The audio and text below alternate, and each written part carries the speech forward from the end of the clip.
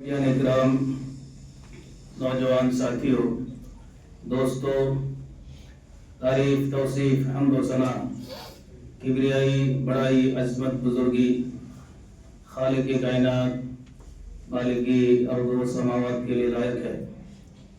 درود و سلام ہو آخری نبی جناب محمد رسول اللہ صلی اللہ علیہ وسلم پر، جن کو اللہ رب العالمین نے اسلام کی ہدایت، اسلام کی روشنی لوگوں تک پہنچانے کے لیے مبعوث فرمایا ہے۔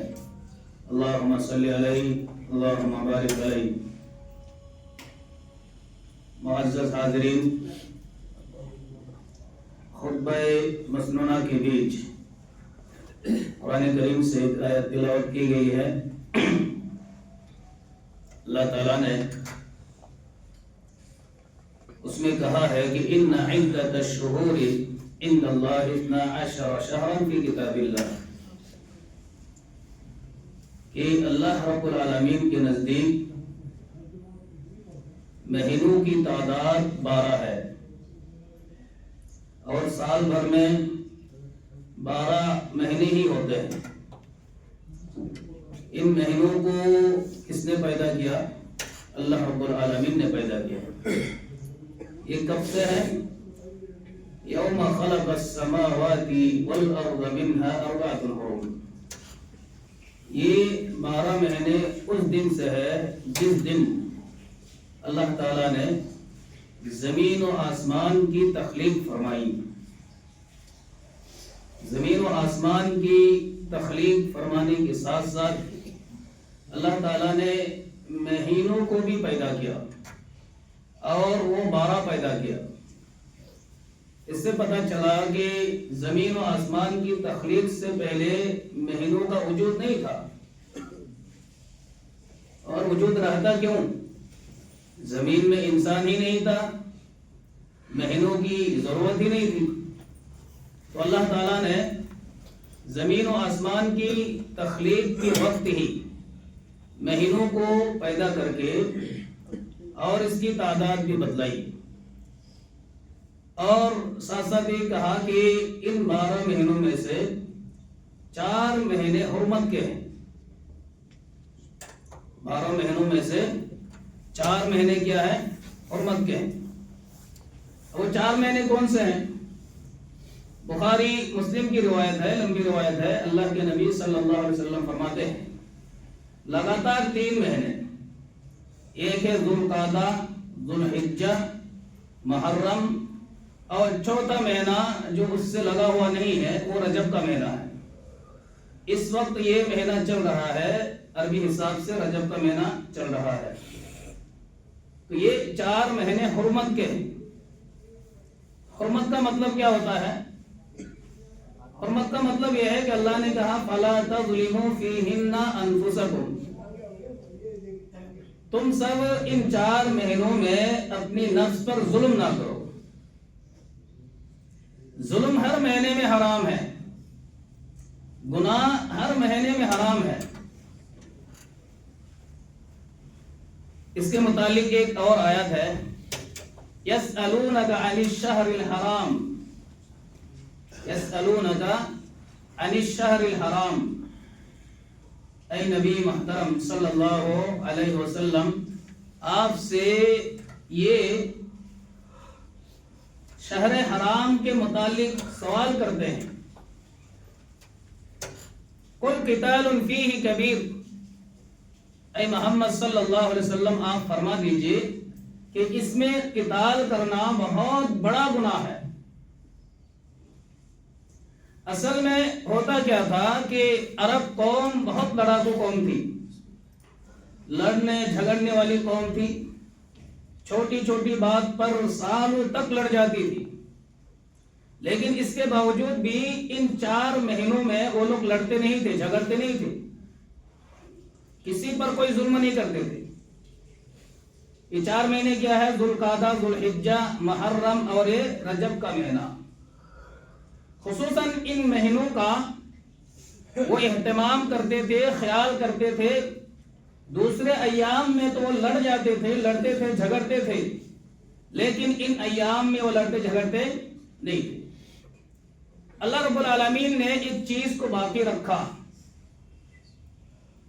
اس کا مطلب یہ نہیں ہے کہ دیگر مہینوں میں آپ قتال کر سکتے ہیں یا گناہ کا کام کر سکتے ہیں یا کچھ اور کر سکتے، یہ نہیں۔ گناہ، قتل، ظلم، ستم ہر مہینے میں حرام ہے، لیکن خصوصاً اللہ رب العالمین نے ان مہینوں میں قتال کرنے، گناہ کرنے کی سزا دیگر مہینوں سے زیادہ رکھی ہے۔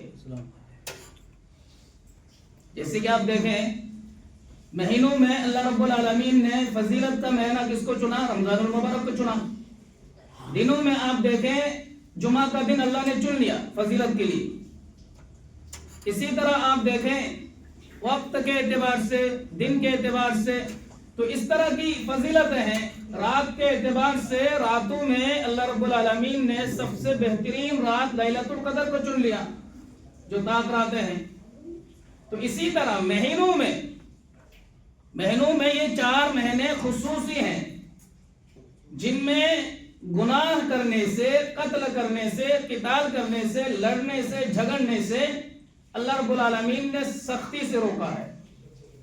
ان مہینوں میں اگر یہ جرائم انجام دیے جائیں دیگر مہینوں کے مقابلے میں زیادہ گناہ ملے گا۔ ہاں، اگر کوئی قتال سے رک جاتا ہے، گناہ سے رک جاتا ہے، ظلم ستم سے رک جاتا ہے ان مہینوں میں، تو دیگر مہینوں کے مقابلے میں ان مہینوں میں رک جانے سے زیادہ ثواب بھی ملے گا۔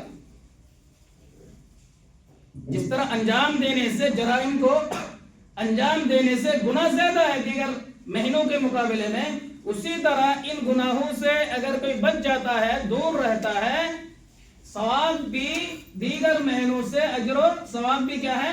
زیادہ ہے۔ پوری تاریخ میں احادیث کا جو مجموعہ ہے، آپ بخاری، مسلم، ترمذی، نسائی، ابن ماجہ، دیگر جو حدیث کی کتابیں ہیں، ساری کتابوں کو کھنگال ڈالیں، قرآن کریم اٹھائیں، اس مہینے کے تعلق سے صرف اتنی فضیلت حاصل ہے کہ یہ حرمت کا مہینہ ہے۔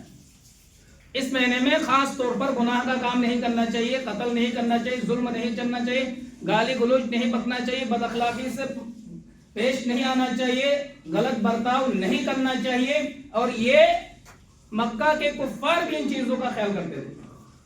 بقیہ جو بہت ساری چیزیں ہم نے اس مہینے میں رواج دے رکھا ہے، ان کا کوئی تعلق نہیں، نہ تو اس مہینے سے کوئی تعلق ہے، نسبت ہے، اور نہ ہی اسلام سے کوئی نسبت ہے۔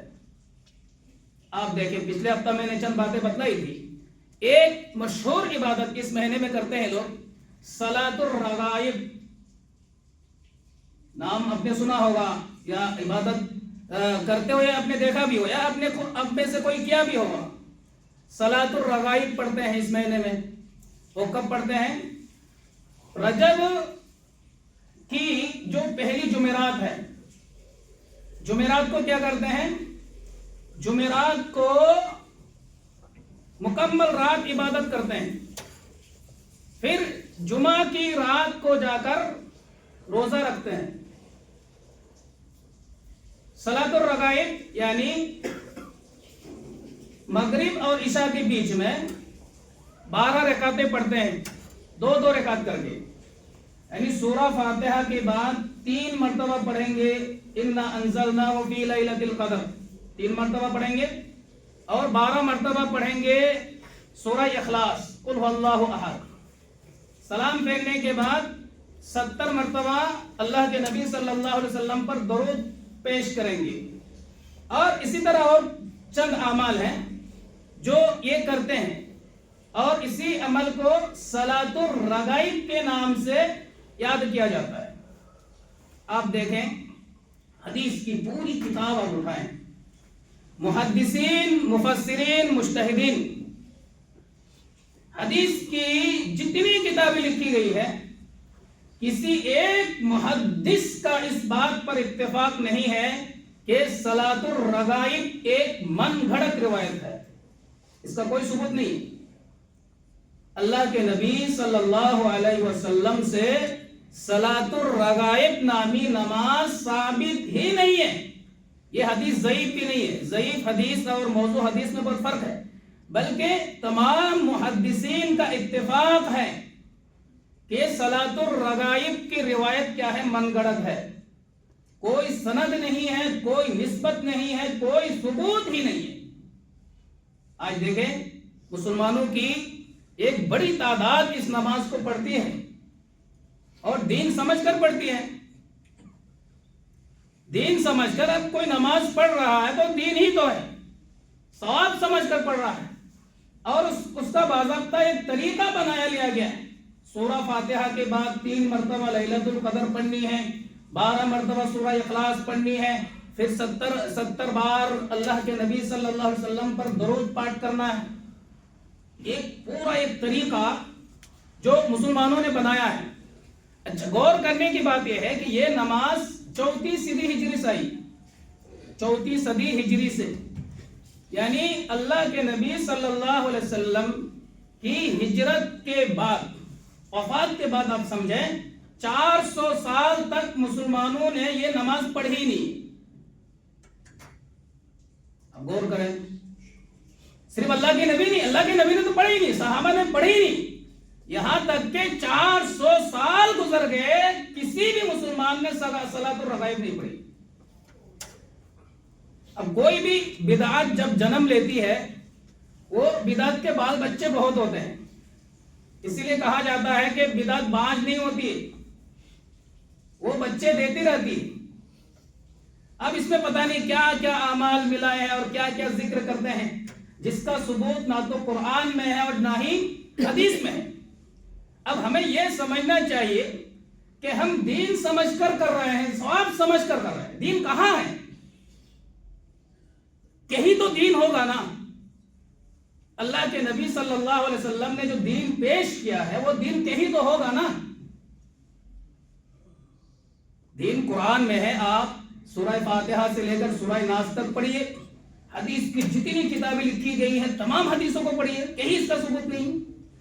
پھر ہم نے دین کیسے سمجھ لیا اس کو کہ دین ہے، یہ نماز ہے، اس میں اجر و ثواب ہے؟ یہ اجر و ثواب نہیں ہے، یہ بدعت ہے. اگرچہ ہم دین سمجھ کر کر رہے ہیں. اللہ کے نبی صلی اللہ علیہ وسلم نے کیا فرمایا؟ مسلم کی روایت ہے کہ من احدث فی امرنا ھذا ما لیس منہ فہو رد، کہ جس نے بھی کوئی ایسا طریقہ ایجاد کر لیا، کوئی ایسی عبادت بنا لی جس کو نہ تو ہم نے کہا، نہ تو ہم نے کیا، اور نہ ہی میرے صحابہ نے کیا، نہ ہی صحابہ نے کیا عمل کر دیں گے، وہ کیا ہے؟ بدعت ہے. وہ مقبول نہیں ہے، وہ مردود ہے. اور وَكُلُّ بِدْعَةٍ ضَلَالَةٍ وَكُلُّ ضَلَالَةٍ فِي النَّارِ، کہ ہر بدعت گمراہی ہے اور ہر گمراہی جہنم کی طرف لے جانے والی ہے. تو یہ عمل سنت نہیں ہے، نماز نہیں ہے، یہ بدعت ہے، یہ گمراہی ہے جسے ہم ثواب سمجھ کر کر رہے ہیں. یہی عمل ہو سکتا ہے ہمیں جہنم کی طرف لے جائے. تو عمل وہی کرنا ہے جو اللہ کے نبی صلی اللہ علیہ وسلم نے کیا ہے، جو صحابہ کرام نے کیا ہے. اگر انہوں نے نہیں کیا تو وہ مردود ہے. دین وہی ہے جو صحابہ نے کیا. صحابہ نے نہیں کیا، وہ دین نہیں ہے. اس وقت بھی دین نہیں تھا، آج بھی وہ دین نہیں ہے. اس سلسلے میں بے شمار قرآن کی آیتیں، حدیثیں، جناب محمد رسول اللہ صلی اللہ علیہ وسلم کی حدیثیں موجود ہیں کہ دین کیا ہے. صحابہ سے ثبوت نہیں ہے، سلف صالحین سے جس کا ثبوت نہیں ہے اس کو ہم نے دین سمجھ لیا. یہ کیا ہے؟ بدعت. یہ تو ایک صلاۃ الرغائب ہے. اسی طرح آپ دیکھیں 27 رجب کو لوگوں نے مشہور کر رکھا ہے کہ اللہ کے نبی صلی اللہ علیہ وسلم کو 27 رجب کو اللہ کے نبی کو معراج کرایا گیا. معراج کا واقعہ آپ نے پچھلے جمعہ میں سنا، جو سچ ہے، حقیقت ہے، قرآن و حدیث میں بالکل پوری تفصیل کے ساتھ موجود ہے. لیکن ایک بات میں کافی اختلاف ہے کہ یہ معراج کب کرایا گیا. کب کرایا گیا؟ اس سلسلے میں 36 اقوال ہے علماء کرام کے، بڑے بڑے مجتہدین محدثین کے، جس کا خلاصہ یہ ہے کہ اللہ کے نبی صلی اللہ علیہ وسلم کی جو مکی زندگی تھی، مکی زندگی کے آخری حصے میں یہ معراج کا واقعہ پیش آیا۔ اس وقت حضرت خدیجہ رضی اللہ تعالی عنہ موجود نہیں تھی، انتقال کر چکی تھی۔ حضرت خدیجہ کے انتقال کے بعد یہ واقعہ پیش آیا، اور مدینہ ہجرت کرنے سے چند ایام پہلے یہ واقعہ پیش آیا۔ لیکن کس مہینے میں پیش آیا؟ لوگوں نے یہ بھی بہت مشہور کر رکھا ہے کہ اسی مہینے میں پیش آیا، رجب کے مہینے میں، وہ بھی 27 رجب کو مشہور کر رکھا ہے۔ دیکھیں، صرف بات مشہور ہو جانا، معروف ہو جانا، یہ دلیل نہیں ہے۔ اس کے لیے قرآن سے کوئی دلیل چاہیے، حدیث سے کوئی دلیل چاہیے۔ 27 رجب یا مکمل ہی آپ رجب مان لیں، اس سلسلے میں کوئی بھی صحیح روایت نہیں ملتی ہے کہ اللہ کے نبی صلی اللہ علیہ وسلم کو رجب میں یا 27 رجب میں معراج کرایا گیا۔ اس سلسلے میں کوئی روایت نہیں ملتی۔ مان لیجئے وقتی طور پر مان لیجئے کہ اللہ کے نبی صلی اللہ علیہ وسلم کو 27 رجب کو معراج کرایا گیا، اللہ کے نبی نے معراج کیا، لیکن معراج کے سلسلے میں اللہ کے نبی صلی اللہ علیہ وسلم نے پوری رات عبادت کی؟ پوری رات عبادت کی نہیں۔ اللہ کے نبی تو معراج کر رہے تھے، لیکن صحابہ نے کی کبھی؟ پوری رات جاگے؟ یعنی 27 رجب کی رات کو صحابہ کرام جاگے، خصوصاً کہ اللہ کے نبی کو اس رات معراج کرایا گیا، اس لیے ہم جاگیں گے، عبادتیں کریں گے؟ کوئی ایک روایت پیش کرے صحیح، ایک روایت صحیح پیش کر دیں کہ 27 رجب کو صحابہ کرام نے خصوصاً اس لیے عبادتیں کی کیونکہ اللہ کے نبی صلی اللہ علیہ وسلم کو اس رات میں معراج کرایا گیا، اسرا کرایا گیا۔ دین کس کے سامنے نازل ہوا؟ دین کو ہم بہتر سمجھتے ہیں یا صحابہ بہتر سمجھتے ہیں؟ اللہ کے نبی پر دین نازل ہوا، کن لوگوں کے سامنے نازل ہوا؟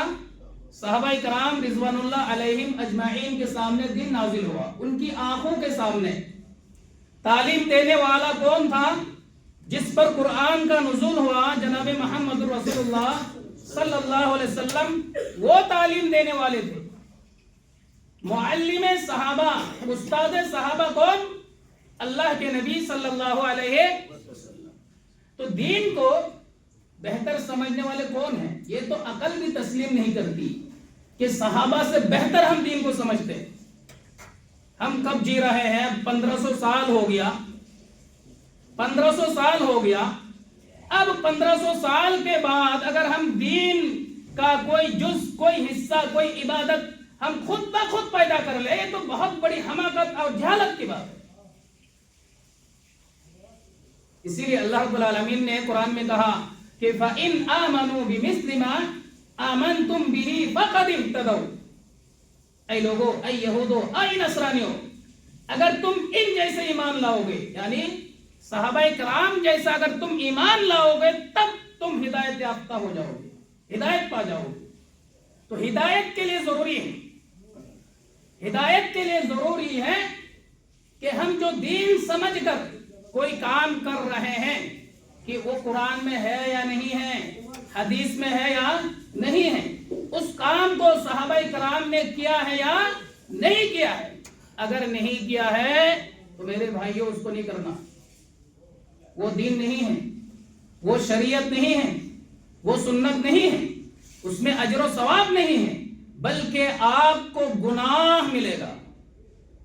یہ 27 رجب کو خصوصاً راتوں کو جاگنا، یہ کسی بھی صحیح حدیث سے ثابت نہیں ہے۔ ہمیں یہ کام ترک کر دینا چاہیے، چھوڑ دینا چاہیے۔ اس کے بعد خصوصاً روزہ رکھنا، اس کا بھی کوئی ثبوت نہیں ہے۔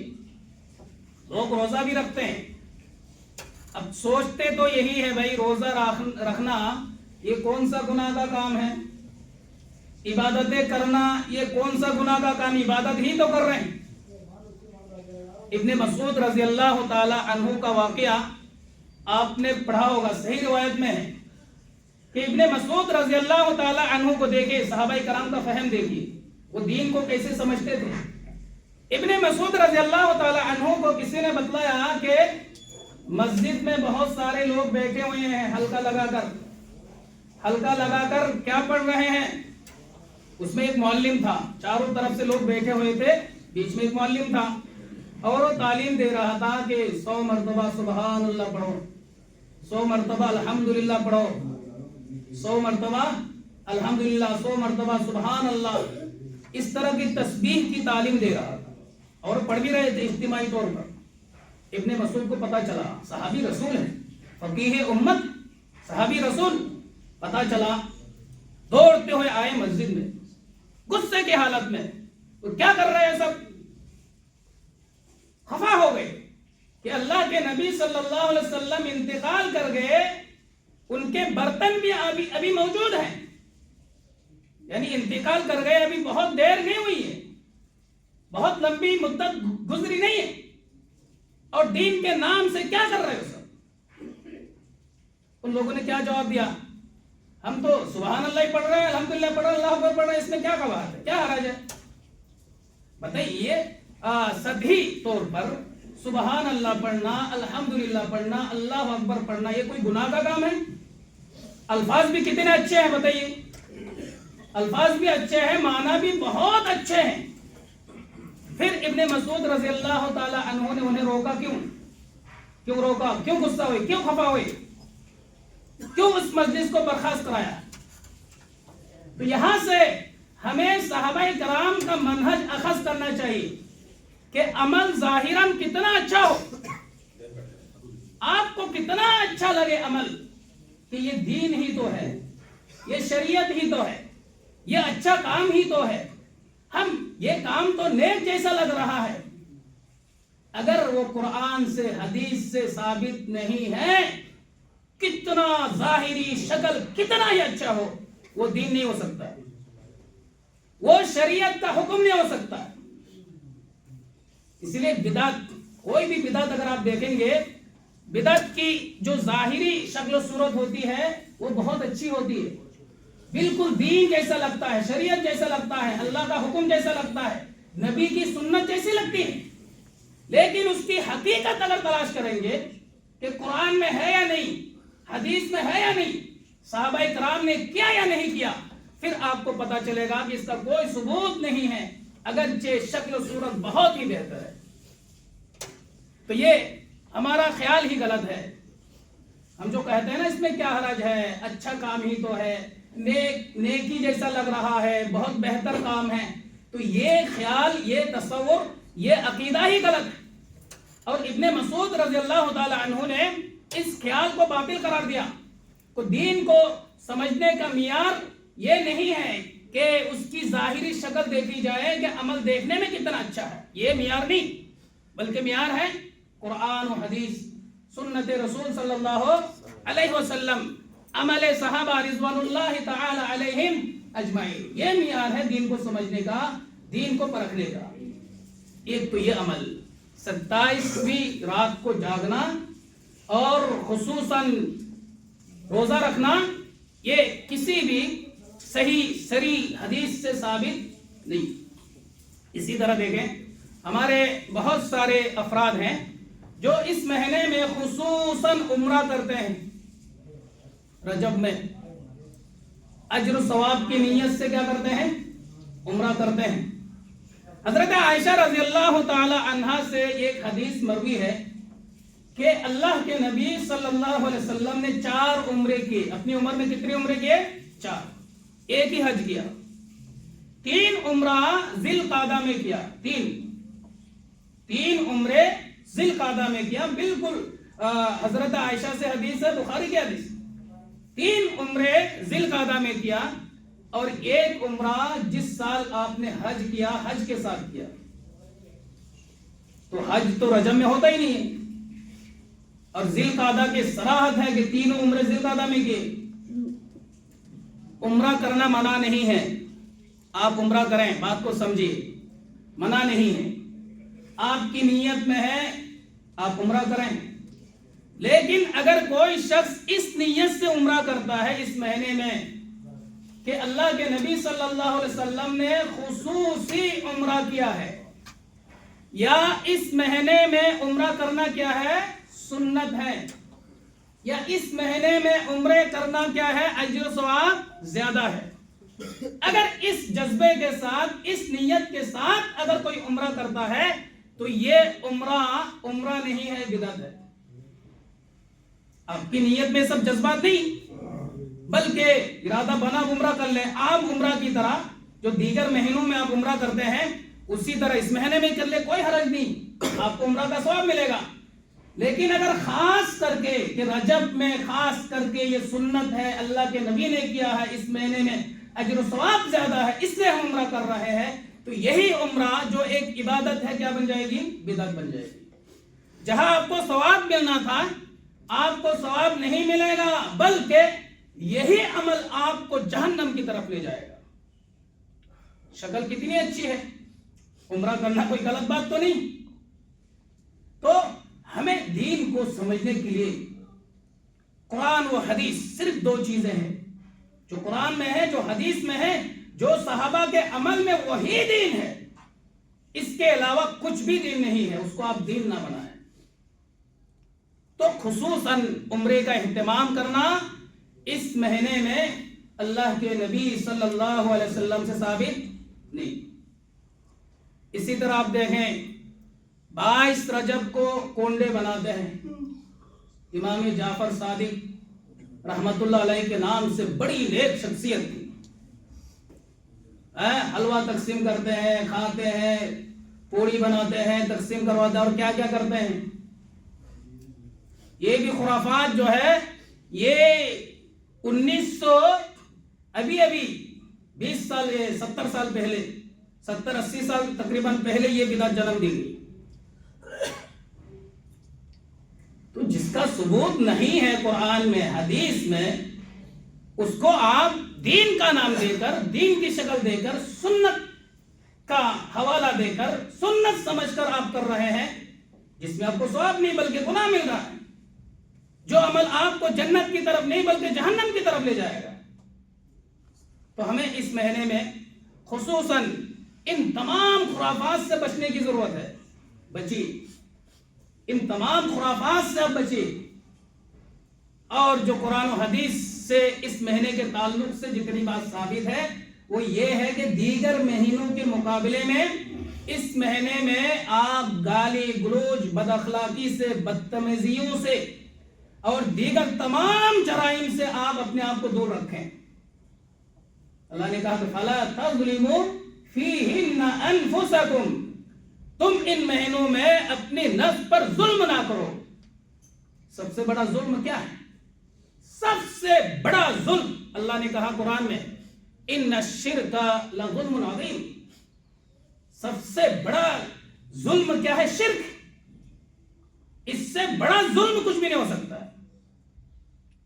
اللہ کے نبی صلی اللہ علیہ وسلم نے فرمایا کہ ان اکبر الکبائر الاشراک باللہ، کہ کبیرہ گناہوں میں سب سے بڑا گناہ کیا ہے؟ اللہ کے ساتھ شرک کرنا ہے. مسلمانوں، آپ کو کچھ کرنا ہے تو اپنے شرکیہ اعمال سے توبہ کرو، شرکیہ جگہوں سے پرہیز کرو، بائیکاٹ کرو. یہ اس مہینے کا تقاضا ہے، یہ حرمت ہے اس مہینے کا. ظلم نہ کرو اپنے اوپر. یہ اللہ پر ظلم تھوڑی ہے. انسان شرک کرتا ہے اللہ کے ساتھ، در حقیقت اپنی نفس کے ساتھ شرک کرتا ہے. اللہ نے قرآن میں کہا کہ من عمل صالحا فلنفسه ومن عمل علیہا، کہ اگر کوئی نیک عمل کرتا ہے وہ اللہ کے لیے نہیں کرتا. اگر کوئی شخص نیک عمل کرتا ہے وہ اللہ کے لیے نہیں کرتا بلکہ اپنی نفس کے لیے کرتا ہے. اگر کوئی برا کرتا ہے اپنی نفس کے لیے کرتا ہے. اللہ کو عبادتوں کی ضرورت نہیں. ہماری ان نمازوں کی ضرورت ہے، روزوں کی ضرورت ہے. اللہ الصمد، اللہ کیا ہے؟ بے نیاز ہے، تمام چیزوں سے بے نیاز ہیں. نہ تو یہ نماز کی ضرورت ہے، نہ تو روزوں کی ضرورت ہے، نہ یہ دیگر نیک اعمال کی ضرورت ہے. یہ سب ہم کیوں کرتے ہیں؟ اپنی نفس کے لیے کرتے ہیں، نفس کی بھلائی کے لیے کرتے ہیں، حصول جنت کے لیے کرتے ہیں، جہنم سے آزادی کے لیے کرتے ہیں. تو کرنا ہے تو کیا کریں؟ آپ شرک سے توبہ کریں، کفر سے توبہ کریں، بدعت و خرافات سے توبہ کریں. اس سے بڑا ظلم دنیا میں کچھ بھی نہیں ہے جو انسان کی دنیا کی زندگی کو تباہ و برباد کر کے رکھ دیتا ہے اور آخرت کی زندگی کو بھی تباہ و برباد کر کے رکھ دیتا ہے. یعنی کہا فَلَا تَظْلِمُوا فِيهِنَّ أَنفُسَكُمْ، تم اپنی نفسوں پر ظلم نہ کرو. اور سب سے بڑا ظلم کیا ہے؟ شرک. اللہ نے قرآن میں اور مزید صراحت کر دی کہ مَن یشرک باللہ فقد حرم علیہ الجنہ، کہ جس نے بھی اللہ کے ساتھ شرک کیا، شرک کی حالت میں اگر کسی کی موت ہو گئی، شرک کی حالت میں اگر کسی کی موت ہو گئی، فقد حرم علیہ الجنہ، اس پر جنت کیا ہے؟ حرام ہے. ہم نے اس پر جنت حرام کر دیا ہے. وَمَأْوَاهُ النَّارُ، اور اس کا ٹھکانہ کیا ہے؟ جہنم ہے. جنت حرام ہے اور اس کا ٹھکانہ کیا ہے؟ جہنم ہے. اس لیے شرک سے بڑا گناہ کیا ہو سکتا ہے؟ آپ اس مہینے میں شرک سے توبہ کریں، بدعت و خرافات سے توبہ کریں. اور خصوصاً جو بدعت و خرافات ہم نے رواج دے رکھا ہے، جن کا نہ تو قرآن میں ثبوت ہے نہ ہی احادیث نبویہ میں ثبوت ہے، ہم نے خود ایجاد کر لیا ہے، ان کاموں سے آپ توبہ کریں. توبہ کریں ان کاموں سے، ورنہ آپ کا توبہ بھی قبول نہیں ہے. حدیث میں آتا ہے اگر کوئی شخص بدعتی ہے، بدعت سے توبہ نہیں کرتا ہے، ایسے ہی توبہ کرتا ہے، اس کا توبہ مقبول نہیں. سب سے پہلے بدعت سے توبہ کرنا ہے. ہم نے جو ایجاد کر رکھا ہے، اصل میں یہ تو ہم بہت سطحی انداز میں سمجھتے ہیں نا، بہت سطحی انداز میں معمولی چیز سمجھتے ہیں. کسی چیز کو ایجاد کرنا در حقیقت قرآن پر حملہ کرنا ہے اور جناب محمد رسول اللہ صلی اللہ علیہ وسلم کی سنت رسول پر، رسالت پر حملہ کرنا ہے. یہ پیغام دینا ہے کہ دین مکمل نہیں تھا. سمجھے بات کو. کسی چیز کو ایجاد کرنا عبادت سمجھ کر، سنت سمجھ کر یہ پیغام دینا ہے، یہ پیغام پہنچتا ہے کہ اللہ کے نبی صلی اللہ علیہ وسلم پر جو دین اترا تھا وہ مکمل نہیں تھا. اور اس سے قرآن کی آیت کا انکار بھی لازم آتا ہے. اللہ نے کیا کہا؟ اليوم اکملت لکم دینکم واتممت علیکم نعمتی ورضیت لکم الاسلام دینا. اے لوگوں سنو، حجۃ الوداع کے موقع پر اللہ رب العالمین نے کہا، اللہ کے نبی صلی اللہ علیہ وسلم 1,00,000 سے زائد صحابہ کرام کے سامنے منا میں خطاب فرما رہے تھے. اوپر سے آیت نازل ہو گئی، اليوم اکملت لکم دینکم، آج کے دن میں نے تمہارے لیے دین کو، نعمت کو مکمل کر دیا. ورضیت لکم الاسلام دینا، اور اسلام سے میں راضی بھی ہو گیا. تو یہ آیت تو بتلا رہی ہے دین مکمل تھا. کب مکمل تھا؟ اللہ کے نبی صلی اللہ علیہ وسلم کی وفات سے پہلے حجۃ الوداع کے موقع پر مینا میں اللہ رب العالمین دین کو کیا کر دیا تھا؟ مکمل کر دیا تھا. اب بتائیے، جو عمل قرآن میں نہیں ہے، جو حدیث میں نہیں ہے، جو اللہ کے نبی نے نہیں بتلایا، ہم نے دین سمجھ کر کے ایجاد کر لیا، اجر و ثواب سمجھ کر کے ایجاد کر لیا، اس سے کیا پیغام ملتا ہے؟ اس سے تو یہی پیغام ملتا ہے نا کہ دین مکمل نہیں تھا. اس چیز کا علم اللہ کے نبی کو نہیں تھا، اس عمل کا علم صحابہ کرام رضوان اللہ علیہم اجمعین کو نہیں تھا. یہی تو بات سمجھ میں آتی. اسی لیے اللہ کے نبی صلی اللہ علیہ وسلم نے کہا کہ وہ خیر الامور، اللہ کے نبی نے کہا کہ کلام میں، بات چیت، گفتگو میں سب سے بدترین کلام دین کے اندر کوئی نئی چیز ایجاد کرنا ہے. اس سے بدتر کوئی چیز نہیں ہو سکتی. آپ غلط کرتے ہیں ٹھیک ہے، وہ آپ کی ذات سے اس کا تعلق ہے، لیکن ایسا عمل کر رہے ہیں وہ عمل آپ کی ذات سے نہیں، بلکہ کوئی دوسرا دیکھے گا، تیسرا دیکھے گا، چوتھا دیکھے گا، وہ دین سمجھ کر وہ کیا کرے گا؟ عمل کرے گا۔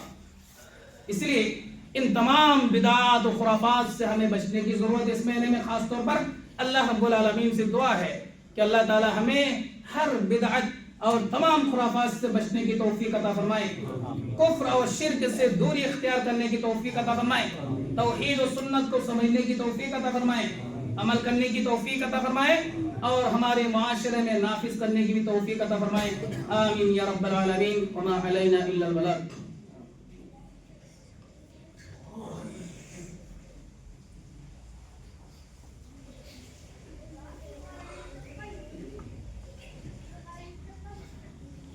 الحمد لله نحمده ونستعينه ونستغفره ونؤمن به ونتوكل عليه ونعوذ بالله من شرور انفسنا ومن